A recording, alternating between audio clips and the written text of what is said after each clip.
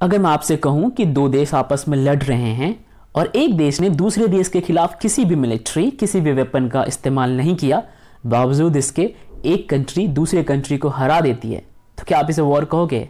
Well guys, ये एक war ही था और ऐसे वॉर को हम कहते हैं कोल्ड वॉर, राइट। और आज की क्लास में हम डिस्कस करेंगे दुनिया के सबसे मशहूर कोल्ड वॉर, जो कि उस टाइम का यूएसएसआर और मॉडर्न डे अमेरिका के बीच में लड़ा गया था। और यहां पे विक्ट्री हुई थी अमेरिका की। अमेरिका ने अपने सारे इंटरेस्ट, सारे मोटिव पूरे कर लिए थे कोल्ड वॉर के दौरान, और जो भी उनका ऑब्जेक्टिव था वो अचीव हो गया था। तो गाइस, चलते हैं क्लास 12th के पहले चैप्टर जो कि है द कोल्ड वॉर एरा को डिस्कस करने। और यहां पे कहानी की शुरुआत हम करेंगे द फेमस क्यूबियन मिसाइल क्राइसिस से। अब देखो, क्यूबियन मिसाइल क्राइसिस का मतलब क्या होता है, आपको मैं कंट्री दिखाता हूं। एक बहुत ही छोटा सा कंट्री अमेरिका के पास है, क्यूबा, राइट। ये आपको रेड कलर में हाईलाइटेड दिख रहा होगा, ये क्यूबा एक नेशन है, ठीक है। और ये कम्युनिस्ट कंट्री हुआ करता था। इनफैक्ट ये अभी भी कम्युनिस्ट नेशन ही है। और अगर मैं आपको यहाँ पे दिखाऊं, ये है आपका उस टाइम का यूएसएसआर, राइट। मैं यहाँ पे मार्क कर देता हूँ यूएसएसआर, और अभी का ये मॉडर्न डे रशिया है। कुछ इलाका इसका स्प्लिट हो गया है आफ्टर द डिवीजन, तो आप यहाँ पे देख सकते हो, ये है यूएसएसआर और ये है आपका अमेरिका, राइट। अब बात आती है कि क्यूबा का क्या रोल है यहाँ पे। तो क्यूबा जो था वो सोवियत यूनियन यानी कि यूएसएसआर का बहुत बड़ा अलाई था, और उसको बहुत सारे सपोर्ट मिलते थे क्यूबा को यूएसएसआर से, डिप्लोमेटिक भी और फाइनेंशियल भी। 1961 के अंदर क्या होता है कि जो यूएसएसआर के हेड होते हैं, स्टेट के हेड होते हैं, उनको इस बात की चिंता सता रही होती है कि अमेरिका, ये जो अमेरिका है, ये कहीं क्यूबा पे, अगर मैं आपको मिटा के दिखाऊं, यहाँ पे जूम करते हैं, ओके, तो अमेरिका क्यूबा के ऊपर अपना वर्चस्व कायम ना कर ले, मतलब क्यूबा को अपने तरफ ना घसीट ले, ओके। और उस टाइम में क्यूबा के जो राष्ट्रपति थे उनका नाम था फिदेल कास्ट्रो। तो ये देखिए, मैं आपको दिखाता हूं फिदेल कास्ट्रो की तस्वीर। देखिए, ये उस टाइम के क्यूबा के प्रेसिडेंट हुआ करते थे, और यूएसएसआर को डर था कि अमेरिका क्यूबा में इन्वेड करके इनको हटा ना दे गद्दी से, क्योंकि ये जो थे ये बहुत ज्यादा कम्युनिज्म को सपोर्ट करते थे, और यूएसएसआर खुद भी एक कम्युनिस्ट कंट्री था। अगर ये हट जाते और अमेरिका वहां पे किसी भी तरीके से डेमोक्रेसी जो है वो एस्टेब्लिश कर देता, तो क्यूबा के सारे इंटरेस्ट जो थे वो अमेरिका से मैच करने लग जाते, और यूएसएसआर का फिर कोई रोल नहीं रहता क्यूबा में, राइट। तो हुआ यूं कि 1962 के अंदर जो सोवियत संघ है, सोवियत संघ का मतलब है यूएसएसआर, उनके जो नेता थे, हेड थे, निकिता खुसरेव, उन्होंने क्यूबा में परमाणु मिसाइल को एस्टेब्लिश कर दिया। यानी कि अगर आप सोच के देखो, यहां पे बड़े मैप में देखो, यहां से कोई परमाणु मिसाइल यानी कि न्यूक्लियर वेपन जो है क्यूबा के अंदर एस्टेब्लिश कर देता है, तो आप सोच भी सकते हो कि ये जो क्यूबा में मिसाइल्स होंगे, वेपन्स होंगे, वो पूरे अमेरिका को सराउंड कर लेंगे, राइट। तो अमेरिका जो है यहां पे बहुत ज्यादा खतरे के अंदर आ जाता, ओके। आगे कहानी में बढ़ते हैं। 3 हफ्ते बाद जाके अमेरिका को इस बात का पता लगा कि यूएसएसआर ने क्यूबा के अंदर मिसाइल इंस्टॉल कर लिया है। और आप सोच के देखो, अगर यूएसएसआर का जो मिसाइल है क्यूबा के अंदर इंस्टॉल होगा तो अमेरिका कितने ज्यादा डेंजर में आ जाएगा। आप इमेजिन कर सकते हो इस पिक्चर से, ये क्यूबा है, राइट, और यहां पे मान लो ये मिसाइल्स इंस्टॉल्ड है। अमेरिका का मोस्ट ऑफ द इलाका जो है, काफी सारा एरिया जो है, वो इस न्यूक्लियर वेपन के थ्रेट के अंदर आ जाता, और ये बहुत बड़ी बात थी, और इनको 3 हफ्ते लग गए इस बात को समझने में। अब सोल्यूशन क्या था? अमेरिका के जो प्रेसिडेंट थे जॉन एफ कैनेडी और उनके काफी सारे ओपिनियन मेकर्स और जो सलाहकार थे, उन्होंने डिसाइड किया कि नहीं, अब हम क्यूबा के अंदर से सारे के सारे वेपन्स, मिलिट्री के जितने भी न्यूक्लियर वाले इंस्टॉल्ड थे, वो सब हम हटा के ही मानेंगे, राइट। और इसके लिए जो कैनेडी थे, अमेरिका के प्रेसिडेंट, उन्होंने अमेरिकन वॉरशिप को ऑर्डर दिया कि आप इंटरसेप्ट करो सोवियत शिप्स को। यानी कि अगर कोई भी, सपोज करो, यहां पे देखो, कोई भी शिप जो है, यूएसएसआर का शिप इस तरफ क्यूबा की तरफ आ रहा है, तो आप उसको इंटरसेप्ट करो, ठीक है, ओके। क्यूबा के अंदर जाने ना दो। यूएसएसआर के बीच में इस टकराव को क्यूबल मिसाइल संकट के रूप में जाना जाने लगा, राइट। यानी कि जो अमेरिका और यूएसएसआर क्यूबा के अंदर टसल कर रहे थे ना, इसी को कहा जाता है क्यूबियन मिसाइल क्राइसिस। तो आपको ये समझ आ गया क्यूबियन मिसाइल क्राइसिस क्या होता है, ओके। अब हम बात करते हैं, क्यूबियन मिसाइल क्राइसिस जो था वो एक बहुत हाई पॉइंट था जहां से कोल्ड वॉर शुरू हुआ। आप कह सकते हो कि कोल्ड वॉर की शुरुआत कहां से हुई? क्यूबियन मिसाइल क्राइसिस से हुई, ओके। अब हम बात करते हैं आगे चैप्टर में। देखो, जब क्यूबन मिसाइल क्राइसिस से कोल्ड वॉर की शुरुआत हो गई तो एक तरीके से एक कंपटीशन बन गया था, अमेरिका और यूएसएसआर के बीच में कंपटीशन बन गया था कि कौन किससे ज्यादा बेहतर है और कौन किसको ज्यादा कंपटीशन दे सकता है। ये चीज समझ गए? चलिए अब आगे बढ़ते हैं और आगे डिस्कस करते हैं हुआ क्या। अब हम डिस्कस करेंगे कोल्ड वॉर को, राइट। तो अब कोल्ड वॉर का टाइम आ चुका है, यानी कि लड़ाई शुरू हो चुकी है दोनों देश के बीच में। जो कोल्ड वॉर था एक तरीके से आइडियोलॉजी के ऊपर लड़ाई थी कि यार तुम मुझसे बेटर नहीं हो बल्कि हम तुमसे बेटर हैं। और ये आइडियोलॉजी किस चीज की थी? यूएसएसआर जो था वो कम्युनिज्म को फॉलो कर रहा था, वेयर एज अमेरिका जो था वो प्रो डेमोक्रेसी कंट्री था, वो काफी ज्यादा हार्डकोर डेमोक्रेसी कंट्री थी, और यूएसएसआर जो था वो कम्युनिस्ट नेशन था। तो उनको ऐसा दिखाना था कि हमारे देश में जो पॉलिटिकल सिस्टम है it is far more better than your country's political system, right. अच्छा, अब अमेरिका जो था वो डेमोक्रेसी था, लिबरल, ये मैंने आपको बता दिया। साथ में वो कैपिटलिज्म को बड़ा सारा सपोर्ट करते थे, यानी कि पूंजीवाद को सपोर्ट करते थे, वेयर एज जो यूएसएसआर था वो सोशलिज्म और कम्युनिज्म को सपोर्ट करता था। तो आप यहां पे पढ़ सकते हो, राइट। अब बात करते हैं सेकेंड वर्ल्ड वॉर की, जो 1939 और 1945 के बीच में लड़ा गया। और जब उसका खात्मा हुआ तो बहुत सारे एक्सिस पावर जिनको जर्मनी लीड कर रहा था, जिसमें इटली, जापान, आप यहां पे नोटिस करना, और बहुत सारे अलाइड फोर्स। अच्छा, अब अलाइड फोर्स की बात करते हैं जो कि अमेरिका लीड कर रहा था, जहां पे यूएस था, सोवियत यूनियन था और फ्रांस था, ठीक है। तो सेकेंड वर्ल्ड वॉर समाप्त हो गया। ये जो दो ग्रुप्स थे इनका भी अब रोल एक तरीके से खत्म हो गया। अब यहां पे एक तरीके से नई जंग की शुरुआत होती है और जिसे कहा जाता है cold war. The second world war ended when the United State dropped the 2 atomic bombs on Japanese cities of Hiroshima and Nagasaki in August 1945। तो आपको ये बात पता है कि सेकेंड वर्ल्ड वॉर खत्म कैसे हुआ? सेकेंड वर्ल्ड वॉर खत्म हुआ था जब अमेरिका ने जापान के ऊपर 2 न्यूक्लियर वेपन जो है वो गिरा दिए थे, उनके 2 फेमस सिटी हिरोशिमा और नागासाकी पे, राइट। अब आगे बढ़ते हैं। अमेरिका के इस फैसले की आलोचना और समर्थन दोनों ही हुआ, ठीक है। कईयों का कहना था नहीं अच्छा था, अगर न्यूक्लियर वेपन नहीं गिराते तो शायद ये वॉर खत्म नहीं होता, और भी ज्यादा खिंचता, और भी ज्यादा आर्मी और मिलिट्री का नुकसान होता और इनोसेंट्स लोग मारे जाते। कुछ लोगों का कहना था नहीं, वैसे भी वॉर जो थी वो खत्म ही होने वाली थी। कौन सी वॉर? सेकेंड वर्ल्ड वॉर जो थी वो खत्म होने वाली थी। अमेरिका ने बेफजूल में जापान के ऊपर बॉम्बिंग की है, राइट। यहां तक समझ। अब पूरी दुनिया को एक बात तो समझ आ गई थी कि अमेरिका और यूएसएसआर, इनके पास इतनी एबिलिटी है कि इस पृथ्वी पे होने वाले कितने भी इवेंट्स और कोई भी इवेंट को वो कंट्रोल कर सकते हैं, इंटेंड कर सकते हैं, राइट। आगे कहानी में ये कहा गया है, लेकिन कोल्ड वॉर जो था वो फिर भी एक तरीके का इंटेंस राइवरी बना रहा दोनों पावर्स के बीच में। दोनों बहुत समझदार थे, उनको पता था कि वो चाहे तो दोनों एक दूसरे का नुकसान कर सकते हैं, मगर वो नुकसान इतना गहरा होता, इतना इंपैक्टफुल होता कि शायद उसके बाद उस डिस्ट्रक्शन से वो उभर नहीं पाते। Okay, the two superpowers and their allies were expected to behave as rational and responsive actor.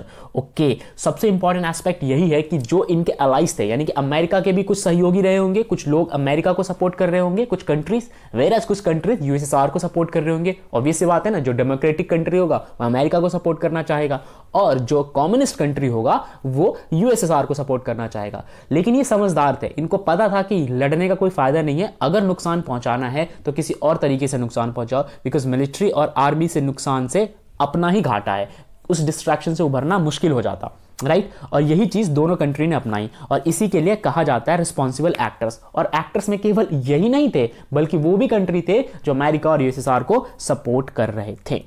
कहानी और भी ज्यादा इंटरेस्टिंग हो जाती है जब दोनों country, United state of America और यूएसएसआर, अपने एक्सपेंशंस के लिए आगे की ओर बढ़ते हैं, यानी कि दुनिया में अपना एक्सपेंशन करना चाहते हैं, कि छोटी छोटी कंट्रीज को सपोर्ट में लेते हैं। कुछ कंट्रीज अमेरिका के सपोर्ट में जाएगी, जाहिर सी बात, और कुछ कंट्री यूएसएसआर के सपोर्ट में जाएगी।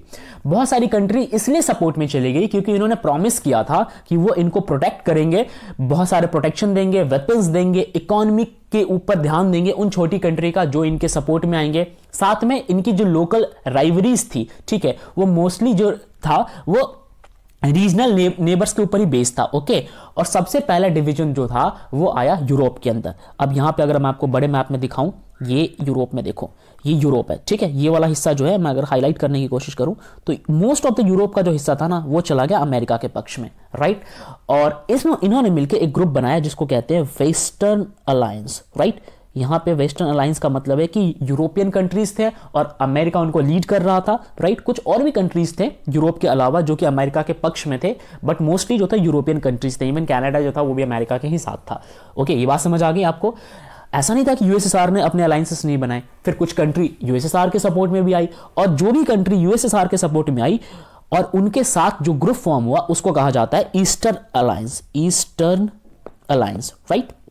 ओके, सेम प्रॉमिसेस यूएसएसआर ने भी किया कि भाई ऐसा है तुम हमारे साथ आ जाओ। मान लो ये छोटे छोटे कंट्रीज है, इन कंट्रीज को यूएसएसआर ने सपोर्ट किया, बोला कि यार तुम्हें ना हम मिलिट्री पावर देंगे, तुम्हें वेपन सप्लाई करेंगे, तुम्हारी इकोनॉमी को रिवाइव कर देंगे, तुम्हारे यहाँ जो पॉवर्टी है उनको ठीक कर देंगे, मतलब बहुत सारे प्रॉमिसेस किए गए, मोर और लेस पूरे हुए नहीं हुए, क्योंकि ज्यादातर इंटरेस्ट तो इनका अपना था सपोर्ट लेना।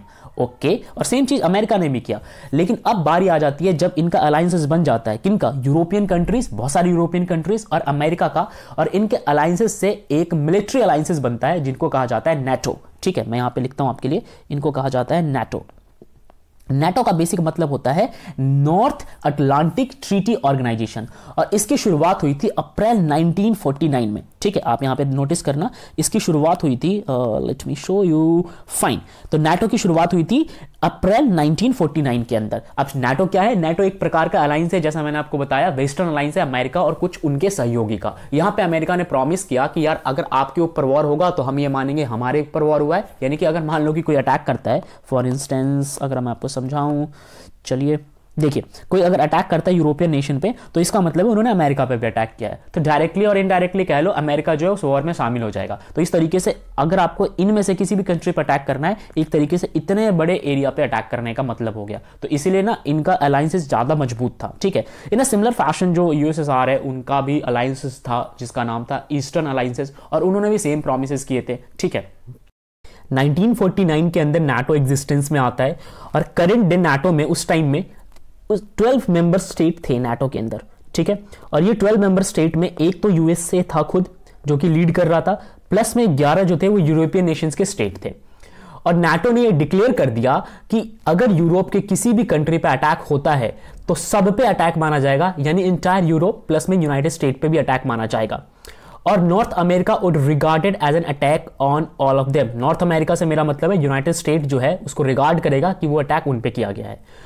जो ईस्टर्न अलायंस था, जिसको हम कई बार वार्सो पैक्ट के नाम से भी जानते थे, इसका गठन ही केवल इसलिए हुआ था, सोवियत यूनियन ने इसका गठन किया था, और इसका गठन किया गया था नाटो को काउंटर करने के लिए, क्योंकि यूएसएसआर को इस बात का डर था कि अगर यूनाइटेड स्टेट छोटी छोटी कंट्रीज को नाटो के अंदर शामिल करता जाएगा तो पूरी दुनिया में यूनाइटेड स्टेट के अलायंस ज्यादा होंगे और सोवियत यूनियन के अलायंस कम होंगे। अब बात करते हैं वार्सो पैक्ट की। वार्सो पैक्ट में भी नाटो जैसा ही कुछ रूल्स था, जहां पे पहली बात आप समझो, वार्सो पैक्ट 1955 के अंदर बनाया गया, और इसका प्रिंसिपल फंक्शन केवल और केवल नाटो को काउंटर करना था। ये लोग नाटो को काउंटर करना चाहते थे, यानी कि अगेंस्ट द नाटो काम करना चाहते थे। और जिस तरीके से नाटो यूरोपियन फोर्सेस को अपने अंदर कन्वर्ट करता जा रहा था, इन अ सिमिलर फैशन बहुत सारी ईस्टर्न कंट्रीज जो थी वो सोवियत यूनियन के साथ अलाइंस हो चुकी थी अंडर दी वार्सो पैक्ट।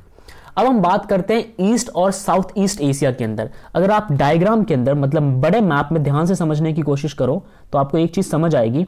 मैं आपको दिखाता हूं, ये मैप में आप नोटिस करो, ये जो पोर्शन है ये यूनाइटेड स्टेट है। इसने लगभग यूरोप का एरिया जो था अपने साथ मिला लिया, वर्चुअली मिला लिया अंडर द नाटो एक्ट। अब बारी आती है यूएसएसआर की। तो यूएसएसआर ने क्या किया कि बहुत सारे इस तरफ के ईस्टर्न कंट्रीज हैं, अगर आप नोटिस करोगे तो ये जो है वो ईस्टर्न कंट्रीज जो हैं बहुत सारे, इन कंट्रीज को अपने साथ मिलाने की कोशिश करी। राइट, अब सीन ये बैठ गया कि बहुत ज्यादा मेंबर जो थे वो नाटो में थे, वेयर एज वार्सो पैक्ट के अंतर्गत काफी कम मेंबर जो थे वो सोवियत यूनियन के साथ हुए। और दूसरा पहलू ये भी है कि नाटो के बावजूद यूएसए रुका नहीं, वो इस तरफ आप देखो, यहां पे नोटिस करो, जो ये साउथ ईस्ट एशिया का रीजन है या इस तरफ वाला रीजन जो है, साथ में जो वेस्टर्न और मिडिल ईस्ट का रीजन है, ये मिडिल ईस्ट का रीजन है जहां पे आपका सऊदी अरब, गल्फ कंट्रीज जो हैं वो शामिल होती है, वहां पे भी यूनाइटेड स्टेट जो है अपना अलायंस बनाने चला गया। और वहां पे यूनाइटेड स्टेट ने दो अलायंसेस का गठन किया, एक तो मिडिल ईस्ट के अंदर गठन किया गया, ठीक है, और एक गठन किया गया साउथ ईस्ट एशिया के अंदर। तो जो साउथ ईस्ट एशिया में गठन हुआ उसका नाम था SEATO, South East Asian Treaty Organization. Right, और एक सेंटर के अंदर जो गठन किया गया, यानी कि आपको मिडिल ईस्ट का इलाका दिखाया, वहां पे जो गठन हुआ उसका नाम था सेंट्रल ट्रीटी ऑर्गेनाइजेशन। तो आपने देखा एक्सपेंशनिस्ट प्रॉपर्टीज के बारे में यूनाइटेड स्टेट की कैसी विचारधारा थी, उन्होंने लगभग दुनिया के बहुत सारे हिस्सों को अपने साथ मिला लिया था। नो अब सवाल आता है कि बहुत सारे जो इंडिपेंडेंट कंट्रीज थे वो इस बात को लेकर चिंतित थे कि कहीं उनकी आज़ादी तो नहीं छिन जाएगी। अगर मान लीजिए कि वो किसी के गुट में शामिल हो जाते हैं या किसी की तरफ भी झुक जाते हैं, फॉर इंस्टेंस यूनाइटेड स्टेट की तरफ झुक जाए या यूएसएसआर की तरफ झुक जाए, फिर उनकी अपनी इंडिविजुअल चॉइस का क्या रहेगा। और इसी को सोचते हुए बहुत सारी कंट्रीज के आपस में मतभेद शुरू हो गए। जैसे अगर आप सोच के देखो तो उस टाइम का जो चाइना था, ऑल्दो वो उस टाइम इंडिपेंडेंट नहीं था, बट 1950s के आसपास में चाइना आज़ाद हो गया और चाइना और यूएसएसआर ही आपस में लड़ पड़े, उनकी खुद की नहीं बैठी। वेयर चाइना और यूएसएसआर दोनों ही कम्युनिस्ट नेशन थे, तो बाय डिफॉल्ट ये अज्यूम किया गया कि दो कम्युनिस्ट नेशन जो हैं वो आपस में एक दूसरे के अलायंस बन के रहेंगे, लेकिन ऐसा हुआ नहीं। यूएसएसआर और चाइना के बीच में वॉर छिड़ गई, right. The other important development was non aligned movement. अब बात करते हैं उन कंट्रीज का जो कि बिल्कुल भी ना तो यूएस की तरफ झुकना चाहते थे और ना ही यूएसएसआर की तरफ जाना चाहते थे। तो इन कंट्रीज ने मिलकर फैसला किया कि हम एक नए संगठन का निर्माण करेंगे जिसका नाम होगा नाम। नाम is what? Non aligned movement. Aligned मतलब किसी की तरफ भी नहीं झुकना। अब बारी है जो छोटे कंट्रीज थे, वो सारे के सारे सुपर पावर्स के लिए बहुत बड़ी प्रॉपर्टीज माने जाते थे। मान लीजिए कि एक छोटा कंट्री इमेजिन करो उस टाइम के हिसाब से सऊदी अरब। अब यूएस के लिए सऊदी जो है वो बहुत बड़ी मतलब बिगर अचीवमेंट होता अगर उस सऊदी को अपने पाले में ले आता, और ऐसा हुआ भी। अब आप सोच रहे होंगे सऊदी से क्या फायदा, तो देखो अकेला एक यूएस जो था वो काफी नहीं था काउंटर करने के लिए, बिकॉज सारी रिसोर्सेज अमेरिका में अवेलेबल नहीं थी। फॉर एग्जाम्पल उस टाइम में इंडस्ट्रियल रेवोल्यूशन अपने पीक पॉइंट पे था, और जब इंडस्ट्रियल रेवोल्यूशन पीक पॉइंट पे था तो इंडस्ट्रियल रेवोल्यूशन को चलाने के लिए यूनाइटेड स्टेट को ऑयल की जरूरत थी, और सऊदी अरब और सेंट्रल एशियन कंट्री जितने भी है वहां पे ऑयल का काफी ज्यादा भंडार है, राइट। तो अगर ऐसी चीजों के ऊपर अपना वर्चस्व कायम कर लेगा या ऐसी कंट्री पे, तो उसके लिए बहुत बड़ा बेनिफिट होता, फिर वो इकोनॉमिक टर्म पे भी यूएसएसआर को हरा सकता था। यहां तक समझ गए। अब बात करते हैं और फायदे की छोटे कंट्रीज को मिलाने के। फॉर एग्जांपल एक फायदा यहां पे ये होगा कि अगर आप छोटे कंट्री को अपने साथ मिलाते हो तो आप स्पाई वगैरह का काम कर सकते हो। किसका काम कर सकते हो? स्पाई का। मतलब उन कंट्रीज के थ्रू आप दूसरे कंट्रीज पे नजर रख सकते हो, आप वहां से वेपन्स को लॉन्च कर सकते हो। तो ये सारे इंपॉर्टेंट एस्पेक्ट थे। करते हैं अरीना ऑफ कोल्ड वॉर की। देखिए जो अरीना ऑफ कोल्ड वॉर है वो रेफर करता है उस एरिया को जहां पे क्राइसिस हुआ या फिर क्राइसिस होने के चांसेस थे। अब क्राइसिस का कारण ये था कि बहुत सारे कंट्री जो थी ना वो किसी की ओर जाना ही नहीं चाहती थी, लेकिन यूनाइटेड स्टेट और यूएसएसआर का दबाव था या तो हमारे साथ हो या हमारे साथ नहीं हो। तो ये जो था ये एक तरीके का असमंजस बन चुका था, ठीक है। ये भी एक तरीका का अरीना आप कह सकते हो। लेकिन एक अच्छी बात यह है कि the alliance system but did not cross certain limit. लेकिन अलायंस को अपनी तरफ झुकाने के लिए कुछ लिमिट को नहीं क्रॉस किया गया, ये अच्छी बात है। The cold war was also responsible for several shooting war. अच्छा, और आपको सच बताऊं, डायरेक्टली अमेरिका ने कभी यूएसएसआर पे अटैक नहीं किया और यूएसएसआर ने अमेरिका पे अटैक नहीं किया, लेकिन किसी तीसरे कंट्रीज में, मतलब कि जो इनके अलायंसेस थे वहां पे शूटिंग वॉर जरूर हुआ, यानी कि रियल में मिलिट्री वॉर हुआ। एग्जाम्पल के तौर पे आप कोरियन वॉर को ले सकते हो, ठीक है, जो कि 1950 से लेकर 1953 के बीच में हुआ। उसके बाद अगर आप बात करो 1958 से लेकर 1962 में, तो बर्लिन के अंदर भी युद्ध हुआ। फिर कॉन्गो के अंदर अगर आप लेके चलो 1960s के शुरुआत में, और कई और स्थानों पे भी ये डायरेक्ट वॉर भी हुआ, और ये वॉर था अलायंसेस के बीच में, यानी कि यूएसएसआर और यूएस के अलायंसेस के बीच में। अब बात करते हैं जो नैम के प्रमुख नेता थे, जिनमें से एक हमारे देश के माननीय प्रधानमंत्री उस वक्त के जवाहरलाल नेहरू जी थे। इन्होंने कोरियन वॉर के बीच में मध्यस्थता की, मतलब कि मीडिएशन किया, और उस मीडिएशन में इन्होंने बहुत इंपॉर्टेंट रोल निभाया। साथ में कॉन्गो संकट के समय में भी जो संयुक्त राष्ट्र के महासचिव थे उन्होंने भी एक महत्वपूर्ण मध्यस्थता निभाई, यानी कि जो यूनाइटेड नेशन के हेड थे, ताकि कैसे भी करके ये लड़ाई खत्म हो जाए, ये झगड़ा खत्म हो जाए। अब बात करते हैं अमेरिका और यूएसएसआर ने कुछ प्रकार के परमाणु और गैर परमाणु हथियारों को समाप्त करने के लिए भी बहुत सारा सहयोग किया, यानी कि कुछ पॉजिटिव साइड हम देखेंगे कोल्ड वॉर के। इनमें से दोनों पक्षों ने एक चीज फैसला किया कि हम एक दशक तक, यानी कि एक डेकेड के भीतर 3 महत्वपूर्ण समझौतों पे सिग्नेचर कर लेंगे। उनमें से 3 इंपॉर्टेंट जो समझौते थे वो ये आपकी स्क्रीन पे है। पहला है आपका लिमिटेड टेस्ट बैन ट्रीटी। इनके अंदर एक एक स्पेसिफिक फंक्शंस थे कि भाई हम ना अब अपने आगे से एक्सपेंशन नहीं करेंगे, किसका, न्यूक्लियर वेपन का। उसके बाद दूसरा था nuclear non proliferation treaty, proliferation treaty, I am sorry. Next है उसका एंटी बैलिस्टिक मिसाइल्स ट्रीटी, यानी कि हम एंटी बैलिस्टिक मिसाइल्स को अब डेवलप नहीं करेंगे फर्दर। अब हम बात करते हैं चैलेंजेस टू बाइपोलैरिटी का। इसका मतलब ये होता है कि जब नॉन अलाइनमेंट मूवमेंट को ऑफर किया गया, बहुत सारे कंट्रीज़ को ऑफर किया गया जो कि न्यूली डीकोलोनाइज हुए थे। डीकोलोनाइज का मतलब क्या होता है, जिनको नई नई तौर पे आज़ादी मिली थी, जैसे उनमें से भारत भी एक था। इन कंट्रीज़ की चिंता ये थी कि हम पहले से ही किसी के गुलाम रहे हैं और अब वापस अगर हम यूएसए या यूएसएसआर की ओर अलाइन हो जाएंगे तो एक प्रकार से अपनी फॉरेन पॉलिसी को उनके मन मुताबिक चलाना। तो हम ये चीज़ नहीं चाहते हैं, यानी कि जो कंट्री नए नए डीकोलोनाइज हुए थे उनका ये पर्पस नहीं था। उन्होंने सोचा कि क्यों ना हम एक अलग से ग्रुप बनाएं जहाँ पे हम ये साफ साफ कह दें कि यार देखो, ना हम तुम्हारी ओर है और ना ही हम तुम्हारे ओर है, तुम्हारा आपस का झगड़ा हमें बीच में मत घसीटो, हमें अपने हिसाब से इंडिपेंडेंट रहने दो। अब जब नैम की बात की जाएगी तो इसको शुरू किया गया था 3 इंपॉर्टेंट लीडर्स के द्वारा।